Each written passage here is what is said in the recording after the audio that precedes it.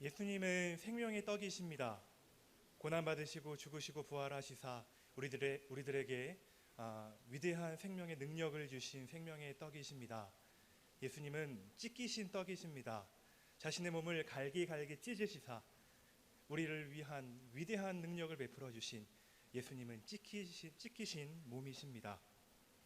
골고다 언덕에서 십자가를 지신 예수님을 바라보며 많은 사람들이 다양한 평가를 했습니다. 지나가는 사람들은 머리를 절레절레 흔들며 저가 남은 구원하였을 때 그 자신은 구원할 수 없나 보구나.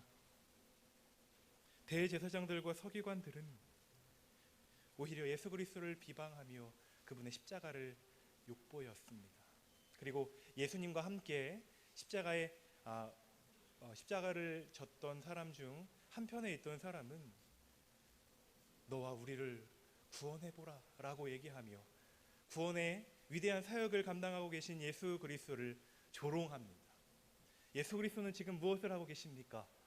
예수 그리스도는 지금 어떤 일에 집중하고 계십니까? 끊임없이 죄사함의 능력을 허락하시기 위한 위대한 그리고 유일한 대속 제물이 되시기 위한 일들을 진행하고 계십니다. 그럼에도 불구하고 악한 사단은 많은 사람들을 선동하여서 그 예수 그리스도의 사역에 집중하지 못하도록 회방하고 방해하고 있습니다. 그런데 모두가 예수님을 조롱했던 것은 아닙니다. 모두가 예수님을 몰랐던 것은 아닙니다. 예수님을 아는 믿음 그리고 하나님께서 허락하여 주신 귀한 은총을 받은 사람들을 우리 주님께서는 곳곳에 배치하고 계셨습니다. 세상적인 기준과 여러 가지 많은 평가 속에 바라보았을 때 인정을 받지 못하는 사람들, 다른 사람들보다는 조금 낮은 처지에 있었던 사람들, 그런 사람들을 사용하셔서 우리 하나님께서는 이 구원 사역에 있어서 예수 그리스도를 바라보는 것이 얼마나 중요한 일인지를 지속적으로 반복해서 강조하고 계셨습니다. 스로보닉의 이방 여인을 통해서 주님, 저는 너무나 미천한 이방 여인이라 할지라도 주님께서 허락하여 주시는 그 생명의 떡을 먹기를 원하나이다. 거짓맹인 바디메오를 통해서 다윗의 자손 예수시여 날 불쌍히 보시옵소서. 바디메오는 어떤 일을 행했습니까? 자신이 가지고 있었던 너무나 소중한 겉옷, 자신이 가지고 있었던 모든 재산을 다 내팽겨치고 예수 그리스도를 따랐던 인물입니다. 그리고 오늘 우리가 읽은 본문 말씀 가운데 39절에 나와 있는 백부장, 이는 정녕 하나님의 아들이었도다. 모두가 인정하지 않을 법한 유대인들의 사고관에서 말이죠. 유대인들의 사고관에서 지금 십자가를 지고 계신 예수님은 대큰 반역죄인입니다. 그런데 그를 가리켜서 로마 장군이라는 사람이 정말로 어떤 구원받을 만한 그 무엇도 없을 것 같은 사람의 입술을 통하여서 우리 주님께서는 예수 그리스도께서 구원 사역을 이루고 계신 이 장면이 진실이며 참되며 그리고 이것이 유일한 길이다 라고 하는 것들을 반복해서 보여주고 계십니다. 온 땅에 어둠이 임합니다. 제6시부터 9시까지 컴컴한 어둠이 임했다고 기록하고 있습니다. 정오부터 오후 3시까지 시간이니까 해가 한창 떠올라야 하는 그 시점에서 해는 그 빛을 잃은 채 그저 어두움의 세력에 자신의 모습을 감추고 있습니다. 그 어둠이 얼마나 캄캄했던지 칠흑과 같습니다.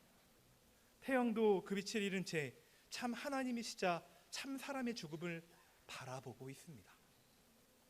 온 땅의 어둠이 임한 가운데 오직 예수 그리스도의 소리만이 들릴 뿐이죠. 성도 여러분, 예수 그리스도께서 보이지 아니하는 상황, 우리 주님께서 우리 눈앞에 보이지 아니하는 상황을 한번 상상해 보셨습니까? 만일 그렇다면, 그러한 어두움이 우리 가운데 있다면 참으로 비참한 인생 중에 가장 비참함이 우리 가운데 있지 않을까라는 생각을 해보게 됩니다. 우리 주님이 내 소리에 귀를 기울이지 아니하시고 우리 주님이 내 말에 모른 채 하신다면 이처럼 가슴 아픈 일이 어디 있겠습니까? 그저 우리는 어둠에 파묻혀 지내다 그렇게 지나갈 먼지와 같은 인생으로 전락할 것입니다. 과거 이스라엘 백성들이 출애굽을 할 당시에 장자의 재앙을 통해서 백성들이 나오지 않았습니까? 그런데 이 장자의 재앙을 하기 앞서서 하나님께서 흑암의 재앙을 그 땅 가운데 허락하셨습니다. 흑암이 자그마치 3일이나 지속이 되었고, 그리고 그 어둠이 얼마나 깊었던지 애굽 사람들이 그 처소에서 일어나지를 못할 정도로 그렇게 큰 어둠이었다고 성경은 말씀하고 있습니다. 성도 여러분, 예수 그리스도가 보이지 아니하는 삶이란 서로 어떠한 상황에 놓여 있는지 알아채지 못하는 상황입니다. 그리고 예수 그리스도가 보이지 아니하는 삶이란 자기 처소에서 일어날 수 없을 정도의 그런 어둠입니다. 내가 누구인가? 내가 주님 앞에서 어떤 자인가? 내가 무엇을 따라가면서 살아가야 될 것인가에 대한 어떤 소망도 가지지 못한 채 결코 일어날 수 없는 상황이 바로 우리 앞에 있는 어두움이 될 것입니다. 반면 하나님께서 천지를 창조하실 때의 상황으로 한번 가보실까요? 우리 주님께서 천지를 창조하신 일들을 감당을 하실 때 빛이 있으라라는 말씀을 통하여서 그 일을 진행을 하셨습니다. 얼마나 기쁜 일입니까? 그렇죠? 근데 이 빛을 창조하시기 앞서서 성경은 이런 말씀을 하고 있습니다. 땅이 혼돈하고 공허하며 흑암이 깊음 위에 있고 하나님의 영이 수면에 운행하신다라는 말씀을 우리에게 허락하셨습니다. 땅, 그리고 흑암, 하나님의 영, 성령 하나님이시죠.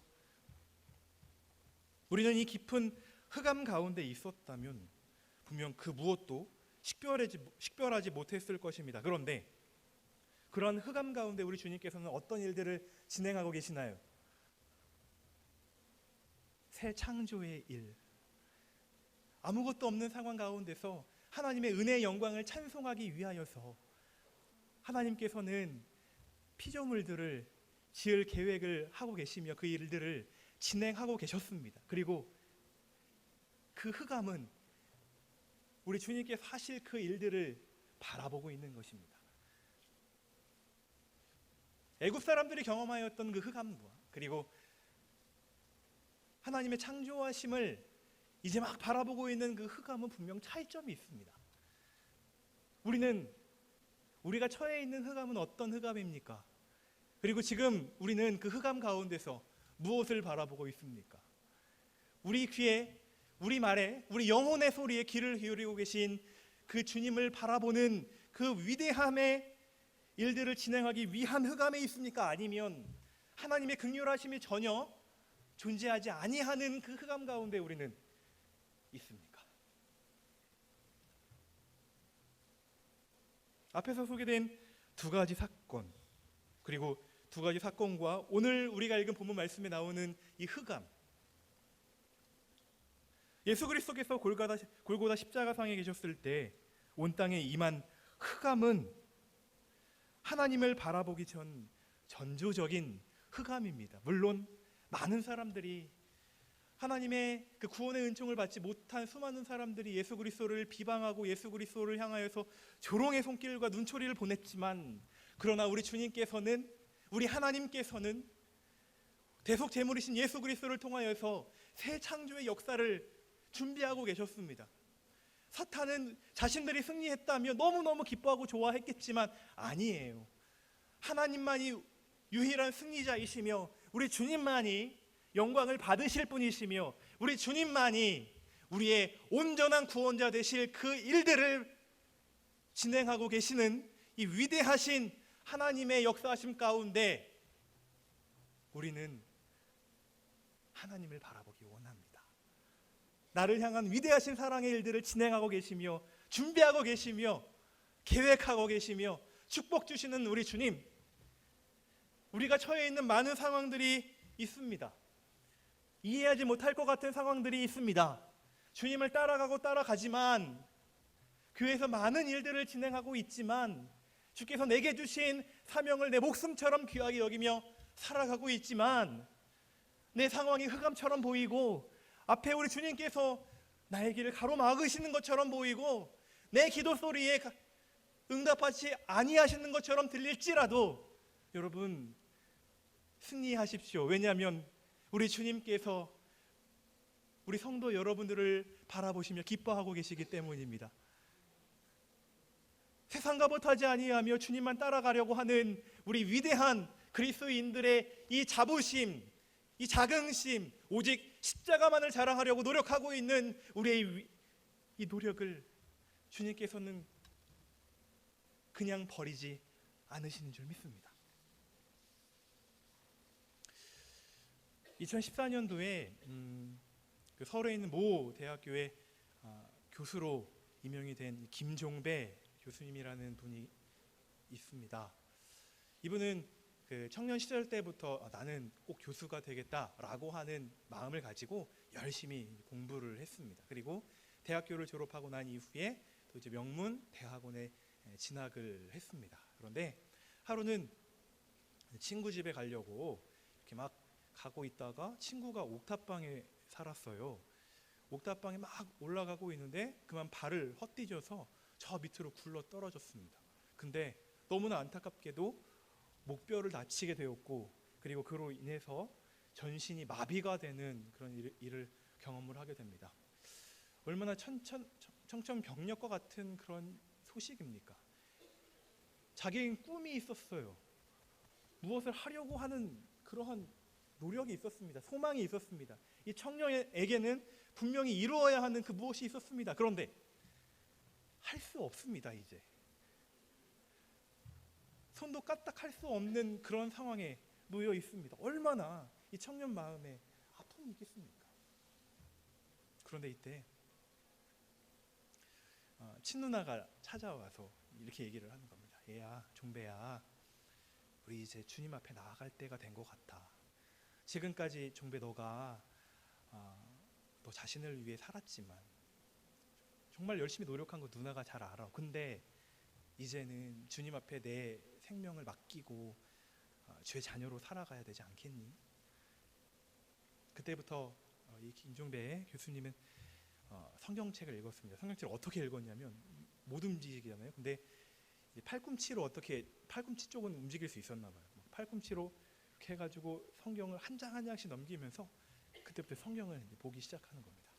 근데 그때 우리 주님께서 역사를 하셔서 요한복음 8장 32절 말씀, 진리가 너희를 자유케 하리라.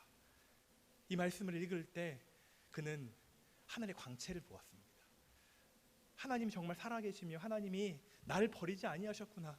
세상은 나는 패배자다, 나는 아무것도 할 수 없다 라고 전부 다 그런 평가를 내리지만 아니네, 주님은 진짜 살아계셨으며 주님은 여전히 나와 함께 하시고 날 붙들어 주시는 분이었네. 그때부터 생각이 바뀌고 생활의 패턴이 바뀌는 겁니다. 영적으로 메말라 있던 자신을 영적으로 채우기 위한 노력을 지속적으로 했고요.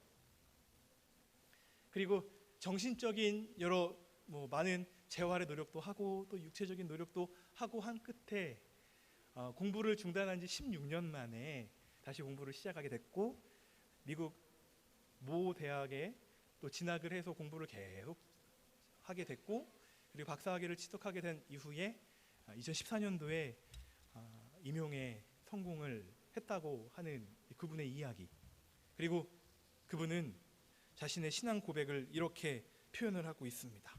시편 107편 30절 말씀인데요. 그들이 평온함으로 말미암아 기뻐하는 중에 여호와께서 그들이 바라는 항구로 인도하시는도다. 어떠한 중에 주님께서 자신을 인도해 주셨다고 합니까? 기뻐하는 중에. 그 기뻐함은 누구로부터 나오는 건가요? 하나님으로부터 나오는 기쁨입니다. 사람으로부터 나오는 기쁨이 아니에요. 세상이 주는 기쁨이 아니에요. 잠시 있다 없어지는 그런 기쁨이 아니에요. 하나님으로부터 말미암아 허락하여 주시는 그 위대하신 완벽하신 영원한 그 기쁨으로 말미암아 이분은 주님께서 인도하시는 그곳으로 자신을 그저 그 배에 태웠을 뿐입니다. 그리고 주님께서 그 위대하신 일들을 이루셨다고 고백을 하고 있습니다. 여러분, 우리는 주님을 따라가는 가운데 오직 예수 그리스도만을 온전히 바라보기 원합니다. 그것이 우리가 가지고 있는 능력이요, 우리가 가지고 있는 권세요, 우리가 세상 가운데 자랑할 수 있는 유일한 특권인 줄 압니다. 주님은 흑암 가운데 온전히 주께서 허락하여 주실 이 위대한 새 창조의 역사를 이루시기를 간절히 바랍니다. 그리고 그 일 가운데 우리가 그 집중력이 전혀 흐트러지지 않기를 바라십니다. 왜 우리는 낭망합니까? 왜 우리는 실패했다고 생각합니까? 왜 우리는 우리 자신 스스로 자꾸 낮은 곳으로 나아가려고 합니까? 우리 주님은 단 한 번도 우리를 낮은 자로 만드신 적이 없어요. 너무너무나 낮은 곳에 있었던 우리를 이끄셔서 자신의 생명 주고 사셨습니다. 근데 왜 우리는 자꾸 밑에 남이 보이지 아니하는 곳으로 가려고 하십니까?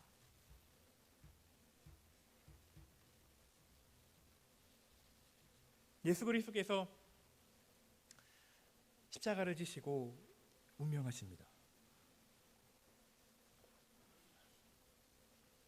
근데 이제 성전의 휘장이 찢어졌다라고 기록을 하잖아요. 성전의 휘장은 성소와 지성소를 구분하는 역할을 합니다. 지성소는 대제사장이 1년에 단 한 번만 들어갈 수 있는 곳이었고, 온 백성의 죄를 위하여서 하나님 앞에 우리의 죄를 용서하여 주시옵소서라고 고백하는 날이 대속죄일이요, 그리고 그곳으로 들어갈 수 있는 어떤 구분적인 부분이 바로 이 휘장입니다. 당시 성전의 휘장은 우주를 상징하는 그림이 있었다고 해요. 대제사장만 들어갈 수 있었습니다. 그 누구도 들어갈 수 없었어요. 들어갔다가는 죽습니다. 왜냐하면 그곳은 하나님께서 지정하신 거룩의 장소이기 때문입니다. 거룩의 장소로 죄인은 함부로 갈 수 없습니다. 모세가 시내산에 올라갔을 때 하나님께서 몇몇 사람들과 같이 오는 것들은 허용하셨지만 그 위대한 하나님의 능력의 말씀을 주실 때에는 모세만 그곳에 가게 하셨습니다. 왜냐하면 하나님께서 지정하신 어떤 거룩의 영역이 있었어요. 거룩의 영역으로 죄인인 인간이 갔다가는 그 거룩의 빛에 휩싸여서 죽을 수밖에 없습니다. 그만큼 우리 주님의 거룩과 우리 주님의 깨끗하심은 인간이 상상할 수 있는 것과는 완전 차별되는 것이었습니다. 근데 이렇게 성소와 지성소를 구분하는 휘장이 갈라집니다. 사람들이 이걸 바라보면서 어떻게 느껴졌을까요? 우주의 그림이 그려져 있는 그 휘장이 찢어졌습니다. 무엇이 찢어진 겁니까? 하늘이 찢어진 겁니다. 성경 말씀에서 하늘이 찢어졌다라고 하는 말씀은 예수 그리스도께서 세례를 받으실 때 장면으로 우리는 좀 가볼 수 있는데요. 마가복음에서는 하늘이 찢어졌다라고 하는 이 부분에 대해 이렇게 말씀을 하십니다. 예수께서 세례를 받으시고 요단강에서 올라오실 때 하늘의 갈라짐과 성령님의 임재하심과 그리고 너는 내 사랑하는 아들이라 내가 너를 기뻐하노라 라는 소리로 그렇게 마가복음에서는 설명하고 있습니다. 여러분, 어떤 이미지가 떠오르시나요? 하늘이 갈라졌다. 왜 갈라져야만 하죠? 왜 주님께서는 왜 갈라졌다라는 표현을 하실 수밖에 없을까요? 하나님과 우리와의 어떤 관계에 있어서 벽은요 너무너무나 두텁고 너무너무나 돌파할 수 없을 만큼 단단한 것이기 때문에 우리 주님께서는 은혜를 주실 때 있어서 그 단단하고 너무너무나 굳게 세워져 있는 이것을 찢지 아니하시면 우리들에게 그 은혜를 주실 수가 없는 것입니다. 그만큼 하나님과 우리 사이는 완전히 분리되어져 버린, 완전 어떻게 공유라고 하는 부분은 결코 찾아볼 수 없는 그런 관계가 우리였기 때문에 우리 주님께서는 하늘을 찢으시사 우리들에게 찾아오셔서 하나님의 귀한 은혜를 주실 수밖에 없습니다. 우리들에게 주신 은혜는요 그저 우리들에게 있는 신념 가운데 하나님께서 허락하신 게 아니에요. 하나님께서 우리들에게 은혜를 주시고야 말겠다라고 하는 굳은 의지 가운데 하나님께서 허락하여 주신 위대하시고 일방적이고 뛰어난 귀한 은혜인 줄 믿습니다. 우리는 하나님의 은혜를 받았습니까? 우리는 하나님의 은혜를 갈망하고 있습니까? 이 은혜는 우리에게서 나오는 것이 아니요 태초에 우리를 창조하시사 우리를 하나님의 은혜의 영광의 도구로 삼으시기 위한 하나님의 선하신 의도에서 나온 줄 믿습니다. 내게 허락하여 주신 직분, 내게 허락하여 주신 위대하신 꿈과 비전, 우리에게 허락하여 주신 이 좋은 교회, 이 모든 것들이 우리에게서 나온 것이 아니라 우리 하나님께서 하늘을 찢으셔서 우리들에게 허락하여 주신 위대하신 은혜인 줄 믿습니다. 병명을 몰라서 너무너무나 고생하였던 어떤 여성분이 있었습니다. 내과에 가서 진찰을 해보아도 그 병명을 알 길이 없습니다. 정신과에 가서 상담을 받아보아도 그 병명을 알 길이 없었고 심리학자에게 가서 물어보아도 그것을 알 수가 없었어요. 이 병이 얼마나 심했던지 음식을 넘길 수가 없습니다. 기도가 꽉 막혀가지고 그 어떤 음식도 먹을 수가 없어요. 그저 영양주사에 의존해서 살아갈 수밖에 없습니다. 결국 그 병원에서 근무하는 그 병원 목사님께 찾아가서 상담을 요청을 합니다. 그리고 이 여인에게 어떤 일이 있었는지 목사님은 알게 됐어요. 결혼을 하기 이전에 좋지 못한 그런 관계로 죄를 지은 겁니다. 그리고 그것이 너무너무나 수치스럽게 느껴졌고 하나님 앞에 죄스럽게 느껴져서 자신에게 두려움으로 자리 잡게 된 것입니다. 그 이후로 점점 몸의 마비 상태가 나타나게 되었고 그는 그 무엇도 먹을 수가 없었어요. 목사님은 이 여성분과 함께 간절하게 하나님 앞에 기도합니다. 이 여인의 죄를 용서해 달라고, 이 여인을 긍휼히 보아 달라고 간절하게 기도합니다. 그리고 이런 질문을 해요. 우리 자매님, 우리 예수님께서 자매님을 위하여서 자매님의 죄를 용서해 주시기 위하여서 대신 죽으심을 믿으시나요? 네, 믿습니다. 그러면 우리가 그 증표로 성찬식을 한번 같이 진행해 봅시다. 이것은 자매님을 위해 주신 예수 그리스도의 살입니다. 그리고 이것은 자매님을 깨끗하게 하시기 위해 예수 그리스도께서 흘리신 보혈의 피입니다. 믿으시나요? 네, 믿습니다. 너무너무나 놀랍게도 성찬식을 마치고 난 이후에 이 자매님에게 있었던 마비 상태가 완전히 없어졌고 음식을 먹을 수 없었던 이 자매님의 기도가 뻥 뚫렸고요. 무엇보다 예수 그리스도로 말미암아 참 자유함을 누리게 됐습니다. 여러분, 우리들에게 있는 많은 문제들 가운데 그 문제의 시작점이 무엇이라고 생각하십니까? 우리들이 그 무엇을 잘못 계획했기 때문에 내가 그때 조금만 이렇게 행동을 했었으면 이 사람을 찾아갔으면 내가 좀 더 잘 될 수 있었을 텐데 우리의 선택의 문제입니까? 아니에요. 죄사함의 문제에서 우리는 그 모든 문제의 시발점을 생각해 볼 수가 있는 것입니다. 내가 주님 앞에 온전히 서지 못했고 내가 주님을 온전히 의지하지 못했고 내가 주님과 나와의 사이에 있는 이 죄의 담으로 말미암아 우리에게 있는 모든 문제가 시작되었음을 우리는 이 시간 하나님 앞에 고백했으면 좋겠습니다. 그리고 우리 주님께서는 그 모든 문제를 해결하시기 위하여서 대속의 제물로서 죽으시고 고난받으시고 부활하신 줄 믿습니다. 이 위대하신 주님의 모습을 바라보며 오늘 백부장은 이렇게 고백합니다. 이는 정령 의인이요 하나님의 아들이라 라고 말입니다. 여러분, 예수님께서 큰 소리를 지르시고 운명하실 때 그 장면을 한번 생각해 볼까요? 많은 사람들이 볼 수 있도록 로마 병정들은요 예수님을 골고다 언덕에 세웠습니다. 그리고 많은 사람들의 조롱을 받게 하기 위하여서 예수님의 그 그 머리 위에 유대인의 왕이라고 하는 그 명패를 붙이게 했습니다. 말이 좋아 명패죠. 그들이 바라보기에 죄패인 것입니다. 조롱할 목적으로 유대인의 왕이 어떻게 되는지 너네 한번 봐라. 높은 곳에 있으니까 한번 봐봐. 유대인의 왕? 너희가 따르는 왕의 결론은 결국 죽음이고, 너희는 로마, 곧 로마 사람들이 숭배하고 숭상하는 로마 황제를 따라 살아가야 한다. 그들이 외쳤던 메시지는 바로 이것입니다. 그런데 여러분, 백부장이 누군가요? 그 일들을 진두지휘하기 위하여서 로마로부터 위임을 받은 자가 바로 백부장입니다. 근데 그 백부장, 예수님을 조롱하고 또 조롱하고 사람들을 선동하여서 유대 사람들의 마음을 바꾸어야 할 그러한 주책을 맡은 자가 지금 뭐라고 얘기를 하고 있어요? 이는 정녕 하나님의 아들이었도다. 누구 아들이요? 로마 시민에게 있어서, 로마 사람들에게 있어서 신의 아들은 누구예요?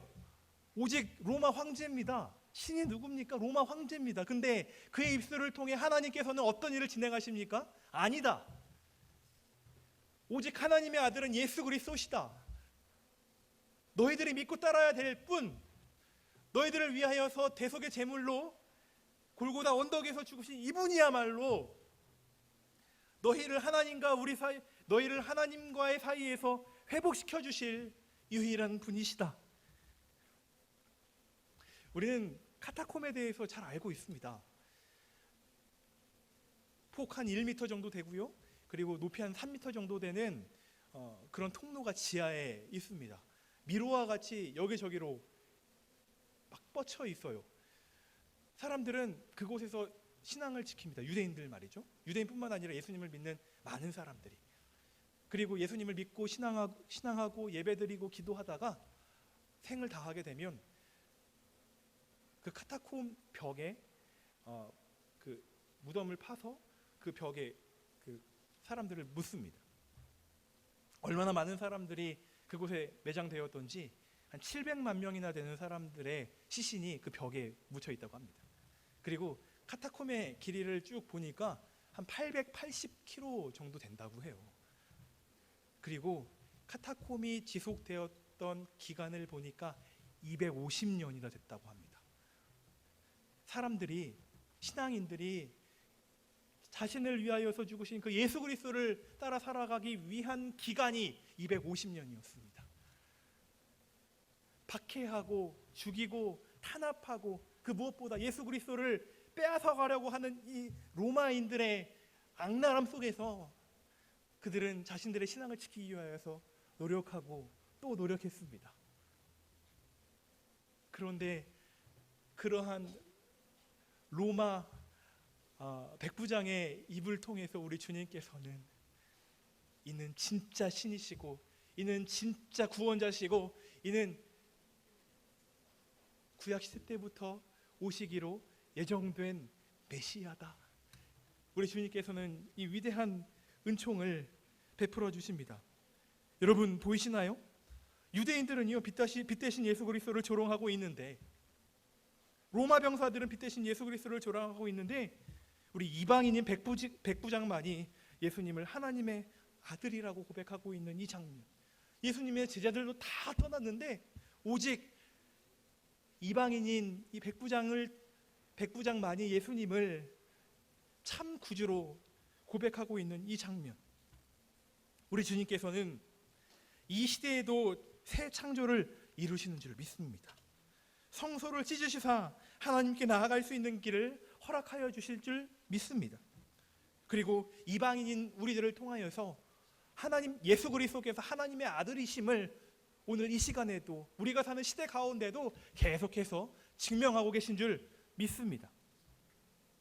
캄캄한 어둠 가운데 새 창조를 완성하신 우리 주님, 하늘을 갈리사 성령 하나님의 내려오심을 보여주시고, 그리고 그 성소를 찢으시사 하나님 앞에 나아갈 수 있는 위대한 일들을 보이신 우리 주님, 거룩과 죄악의 간극을 뛰어넘어 우리를 하나님의 자녀로 만드시고야만 하나님의 완벽하신 계획하심.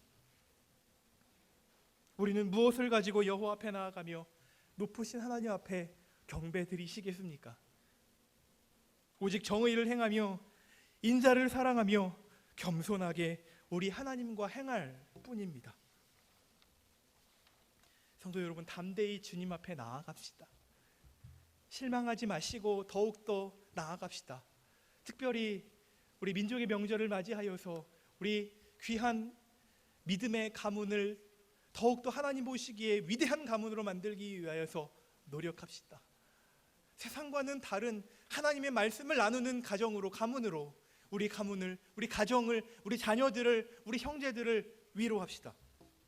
다니엘은요, 자신이 죽을 줄도 알면서 그 죽음의 길을 뒤로 한 채 하나님 앞에 하루 3번씩 기도하고 하나님 앞에 믿음으로 감사했습니다.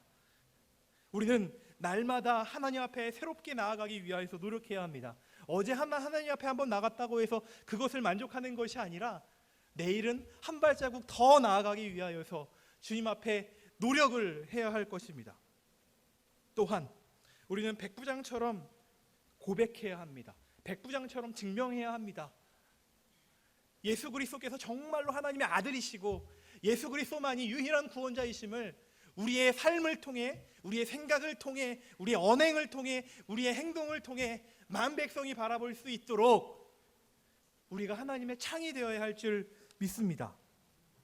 대관령에 가면 횡길이라는 지역에 황태 덕장이라고 있지 않습니까? 근데 이곳에서 말린 황태가 그렇게 맛있잖아요, 그렇죠? 근데 그 이유는 대관령이라고 하는 어떤 지리적인 특성이 있습니다. 밤에는 영하 20도까지 내려가지만 낮에는 영상 10도까지 올라가요. 이렇게 날씨가 풀리고 그리고 날씨가 추워지는 일들을 반복하면 이 황태가 윤기가 자르르 흐르는 아주 먹음직스러운 황태가 된답니다. 오늘 저녁에 한번 드셔보시겠습니까?